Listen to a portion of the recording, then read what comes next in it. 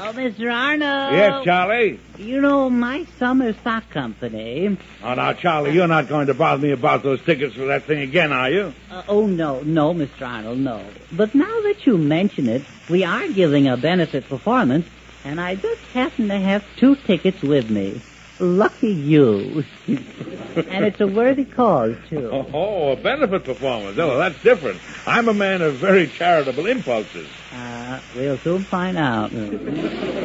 I'll take 2 seats, Charlie. 2 seats, Maybe you better make it 3. You might want to bring someone with you. What's that? What did you...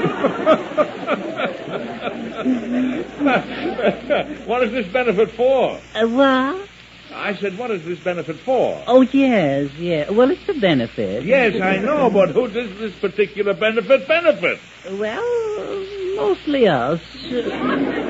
We're raising money for a very needy cause. And what is this needy cause? Well, it's cause we need it. Charlie, if you're selling tickets for a benefit, you must leave no room for doubt as to who will use the money. Believe me, Bergen, there's no doubt. We'll use it if we get it. Believe me. Yeah, but for what? Well, Mr. Bergen, we've had a little misfortune down at Puffmeyer's barn. Are you still presenting Shakespearean plays down there? No, we dropped Shakespeare.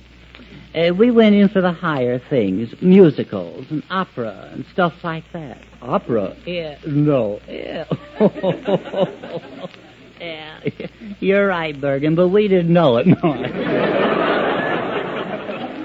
Well, what opera did you present? Well, we did a modern version of Carmen. Carmen? Yeah, streamlined and air-cooled. Who sang the lead? Well, Mamie Dugan started out. Yeah. That is, she thought she was going to finish. Yeah. And was she that bad? Well, you see, we'd seen her in some other parts, and we didn't think she could be worse. But she double-crossed us. She was. And what kind of a voice has Mamie? Well, it's a sort of off coloratura. Plenty. Yeah. What do you mean? Sort of a torture singer. Yeah. Torture? Yeah. Does she swing? Well, if she keeps on singing, I think she will. Yeah. She said the orchestra played so loud she couldn't hear the music. But that sounds illogical, doesn't it? No. Maybe our orchestra's too big. Well, maybe it is. Yeah. How many musicians are there in your band? Oh, about 1 out of 3. Well done.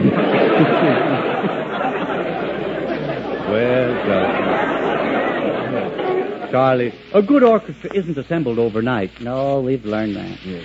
How long have you been together? Well, we've practiced for 3 weeks, but we've never been together. Well, 3 weeks is a short time. Yes, it is. It certainly is.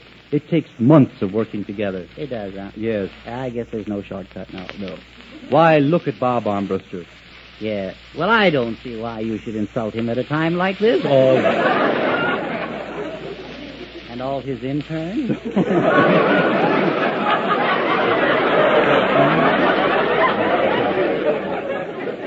Oh, all right. It's summer flannel. I didn't know. Now, tell me, how many nights did you present Carmen? 1 consecutive night. And what was your longest run? Carmen. Carmen, Yes, we ran from the stage door to Dugan's basement. Just you and Mamie? No, we were accompanied by the orchestra. Oh. And the audience became a little vexed? Violent is the word. And all because I tried to improve upon Carmen. You know, in the real opera, nobody ever sees the bullfight. Oh. And that's the trouble. I see. Now, don't tell me, Charlie, that you tried to put an actual bullfight on the stage. Yes, we did. I played the part of a matador. Yeah. Fool that I am. You mean you came face to face with a real bull on the stage? No. No, we used a goat. A goat, I see. That's where the bull comes in. Yeah. I shall never forget it. In I walked, McCarthy the mad matador, sword in hand, cape over shoulder, senoritas throwing flowers from the stalls. An air of romance. Yes, and goat, too. I walked up to the goat, I looked him straight in the eyes, and amidst rousing cheers, I pretended I was facing death and out to kill. Yes. Well, the goat wasn't pretending. Did you try to get away? Yes.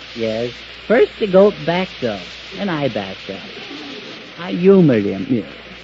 He sidestepped, and I sidestepped. Up to then, it was even up. Yes. He turned his back to me, and I turned my back to him. And that's where I made my mistake. He sort of kept you on the run. Yes, he did that. He did. Yes. Must have been hard on your feet. Yeah. Yes, not only the feet, Bergen. No. He was a big animal, I imagine. Yes, he came up to my hips. He did. Yeah. That's the trouble. He came up there too often.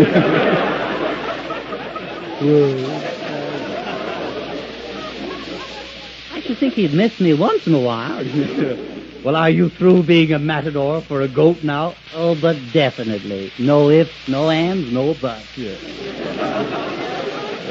A rather short career, wasn't it? Yes. I walked in a matador and flew out a barn door. But you did put up a good fight. Yes, I did. But he got me in the end. Yes.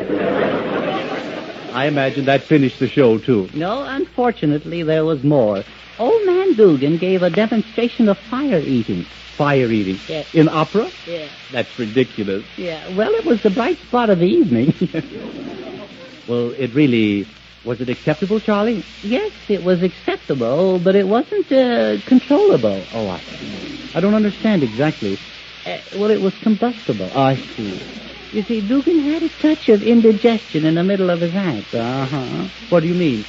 Well, just as he was about to swallow the fire, he burped, and that's how the barn burned down. And the show went up in a blaze of glory.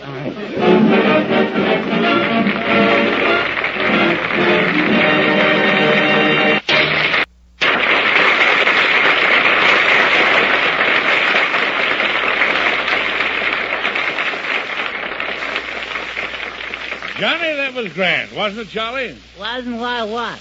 The song, Tarantella. Oh, you mean tarantula. Oh, tarantula. Oh, no, Charlie. It isn't tarantula, Charlie. It's tarantella. Oh, do tell us, smart fellow. Charlie, it seems to me that your knowledge of music is very limited. Yes, Mr. Arnold, and so is mine. And that reminds me, you know what I thought of your acting in the play you just did? Would you like to know? Now, you take the first theme. Eddie, I'd like to meet this frank young man. Very well, Fay, but I warn you. This is Charlie McCarthy. Hello, Miss Bainter. I've heard a great deal about you, Mr. McCarthy. It's a pack of lies. I can explain everything.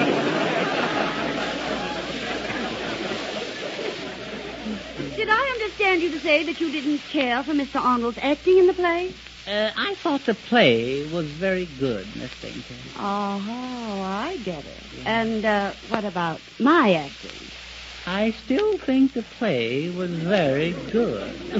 Get it? Well, of all the insolent young whippersnappers I ever met. Now, just a minute, Fay. Just a minute. Let me handle Charlie.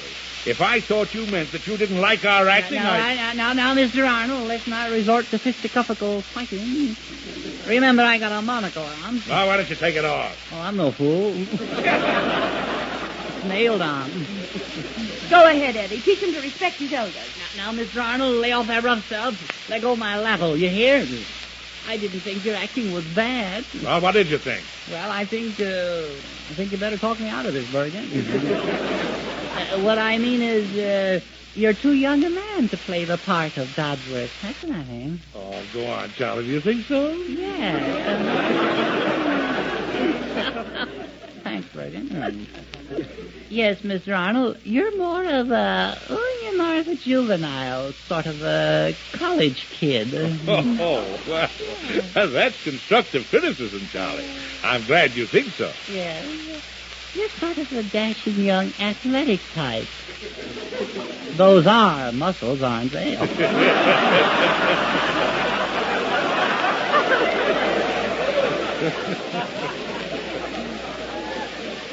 Well, I see what you mean, Charlie.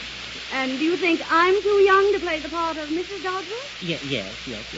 If you play it, you should use makeup, and imitate the voice of an older woman. Oh, that boy knows his theater.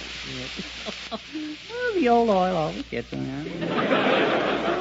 Yes, I read the play the other night, and I recast it, see? And while I was recasting it, I rewrote it, see? And now that I rewrote it, I feel that I've got something. The question is how to get rid of it, see? Well, there's an easy way to get rid of it, Charlie. Let's do it. Oh, capital idea. Miss Bainter, you play my wife. And Mr. Arnold, you play my son. Your son, but you're much younger than I am, Charlie. Yeah, but this way I get a much bigger part. What do you call your version of Dodsworth, Charlie? I call it That's Worthless. Oh, that's funny. Stop. Curtain.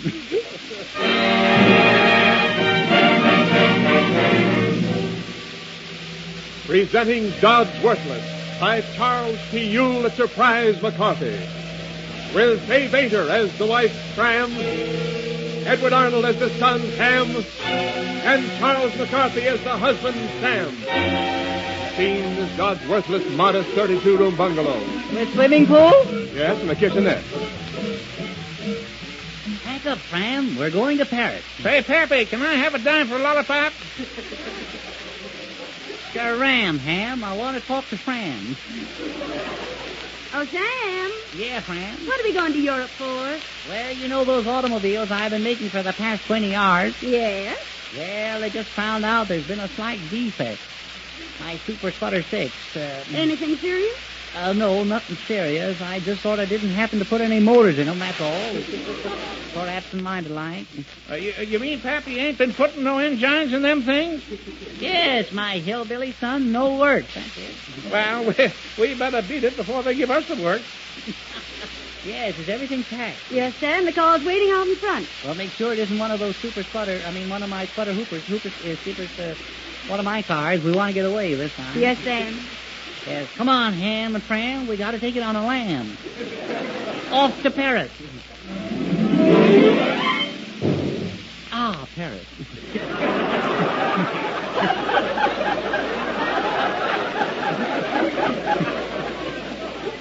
I can see the Leaning Tower. Oh, don't be silly. The Leaning Tower's in Italy. No, it's in Paris now. That's what it gets for leaning over too far.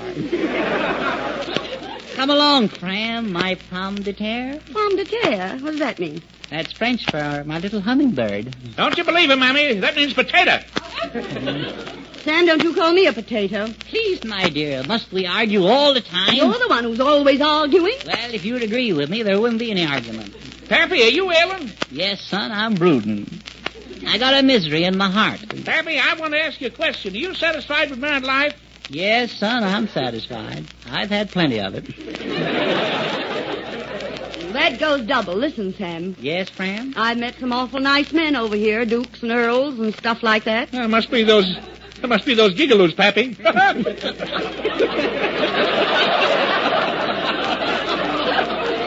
Those gigolos ain't nothing to giggle at, son. You don't mean you're going to leave me, Fram? Yes, Sam, I am. Well, I'll be clammed. Say, Pappy, stop your philosophizing. I got a headache. You got a what? Headache. With what? Fran, if you leave me, I'll go crazy. Oh, no, you won't. I'll bet you'll marry again. Oh, I won't go that crazy. What's the matter, Pappy? Ain't your marriage as nice as it used to be? No, son, and it never was. Kind of worries me, Pappy. Don't you pay no mind to it, son. Just take good care of your health. Can't figure out what makes him so puny.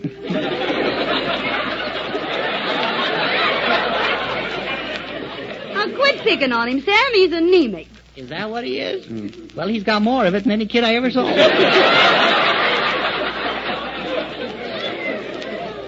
Mammy and Pappy, I'm afraid you two are drifting apart. Is your love boat spring leak? Spring leak, the whole bottom fell out. It's come to the point where we only have one thing in common. We hate each other. And come to think of it, you're right. I want to live and laugh. Ho, ho, ho, ho. I want to taste popovers in Paris. I want to try some Venetian blinds in Venice. Say, Pappy, I want a Venetian blind. Don't think I can get one to fit you, son. Cablegram for Mr. Dodsworthless. Cablegram for Mr. Dodsworthless. Right here, son. Say, who are you? I am a messenger, boy. Yeah? Well, you're the spitting image of a fella I know back in the States by the name of Johnny Carter. Do you know him? I have never heard of she. I don't blame you for denying it. There is a charge of 50 francs and 18 centimes. Collect. Collect? We collect. You try to collect. We don't pay. How did this cablegram come all the way from Zenith so quickly? I use my You what? my cyclopedia. You what? You what? My cybicle. Oh. You'll excuse me. I do not speak English too very good. No, you will excuse me, but you do not speak French dialect too very good either.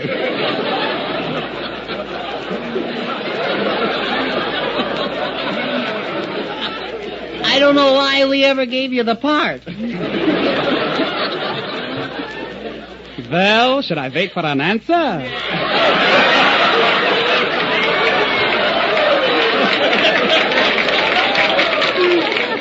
No, I'll give it to you right now. You're fired. Now read the cablegram, Pappy. Read it. I better open it first. Son, I told you not to wear those pants so tight. Business, business, business. Us big businessmen, always being bothered. Can't even leave us alone when we retired. What's it say, Sam? I see. Oh, goodness me. Oh, this is terrible. This changes everything. Pack up your stuff, Fran. We got to go back to the States right away. Is it important? I don't know. I never learned to read.